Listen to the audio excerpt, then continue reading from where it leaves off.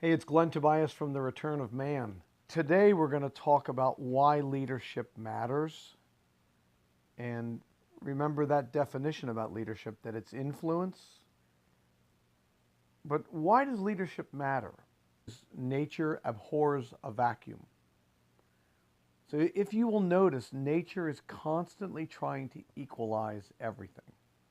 That's nature's intent and desire, is to make everything equalized. There really isn't any such thing as a vacuum, um, because if there was, think about it, beyond our atmosphere of the Earth, out into space, it's considered to be a vacuum. But if that was truly a vacuum out there, it would suck our atmosphere out into it. So there aren't really vacuums. What there is a tendency for all pressure to want to equalize. And so wherever there's a lack of something, you're going to see an inflow of whatever it is. Now, it could be water. Take a clear hose out in a yard. You want to do a quick level test across 25 feet, and you don't have fancy equipment to do that. Well, you need a clear tube and some water. You put water in that tube, and no matter where you're standing, one end or the other, the water is going to want to equalize in that clear tube. And then you'll know you've got a perfectly level line. Why? Because the atmosphere is pushing 14.7 pounds, if you're at sea level, down on top of that water, and it comes out the exact same spot. No matter what it does anyplace else, that's what, if you've gotten air bubbles out, if it's just pure water in there, or any kind of liquid, it's going to settle like that.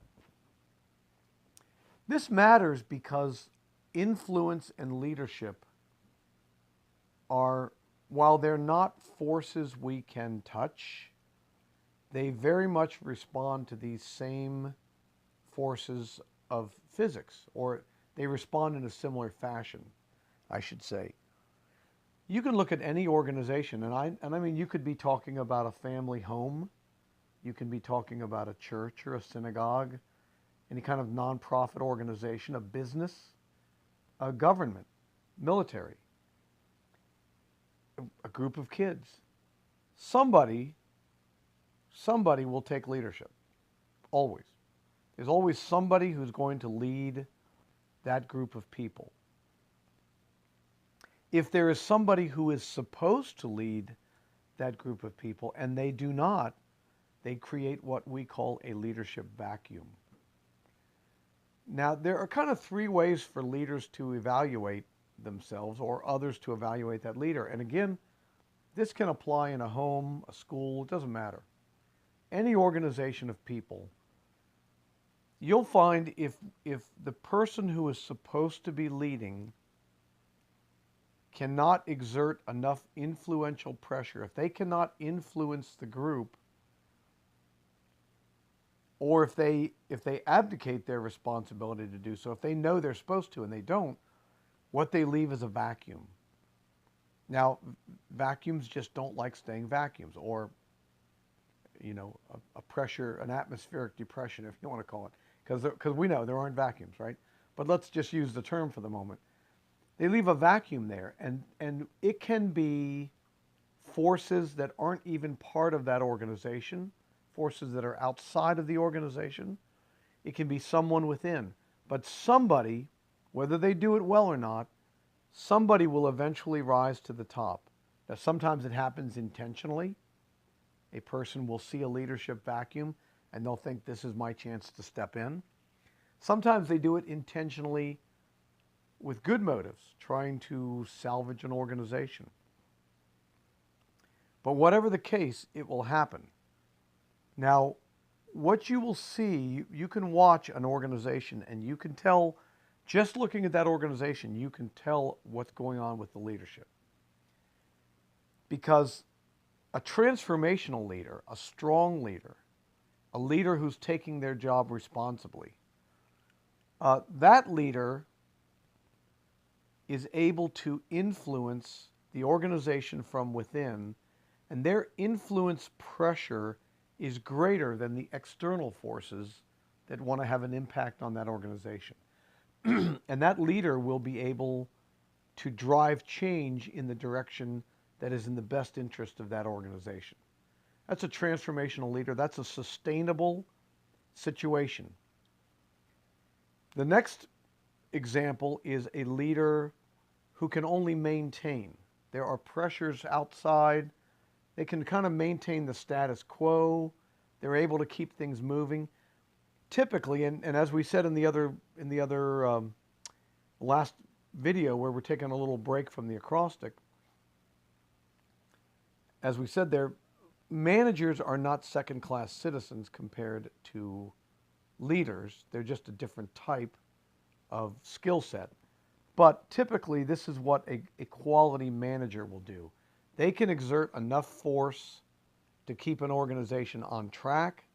They can't drive it to change in better ways. They're not great at making changes based on external circumstances changing or changing to be able to take advantage of an opportunity. They're not great at that. The third variable we look at is the leader that simply cannot exert enough influential pressure or influential force on an organization to overcome external forces.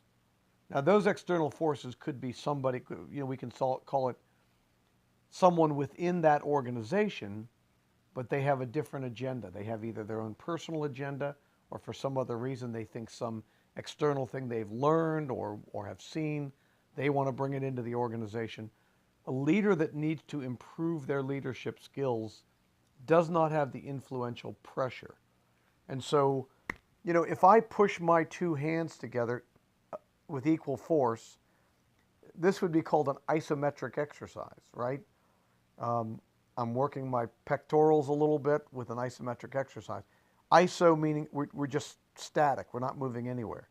The minute I begin to reduce force on one hand or the other, it's because now I'm exerting more force with my right hand than my left, and we move in that direction. Vice versa, of course, we move in that direction. Leadership influence is really no different.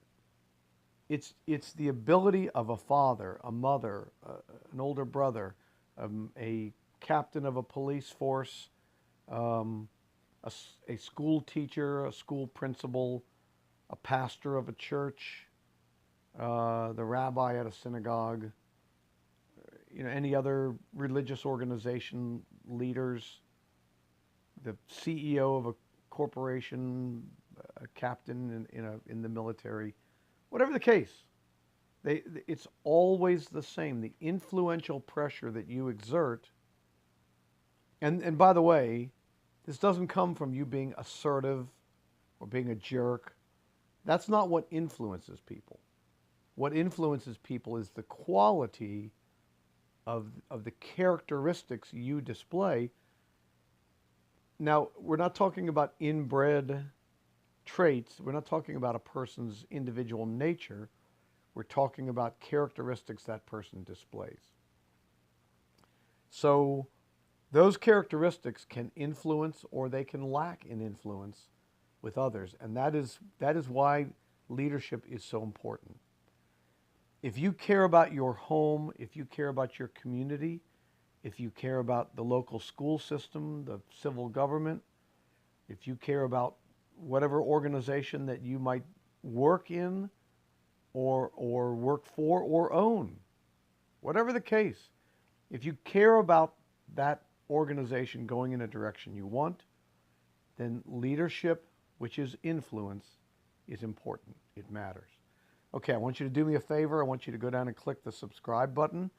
Do me another favor. Hit that thumbs up sign, like the video, because that changes the algorithms a little bit, and when they look at what videos are relevant, ours do have a better chance of coming up a little higher in the list there.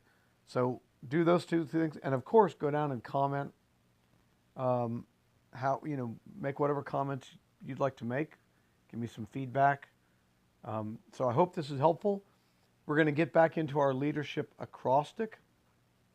R is the next letter we're coming up on. Leaders are resourceful. and they are also responsive. But the main thing we're going to look at is leaders are resourceful, and we'll get into a whole discussion about that. All right, look forward to seeing you again. We're on our way to 45 days of finding your leadership rhythm. This is Glenn Tobias for The Return of Man. See ya. Bye.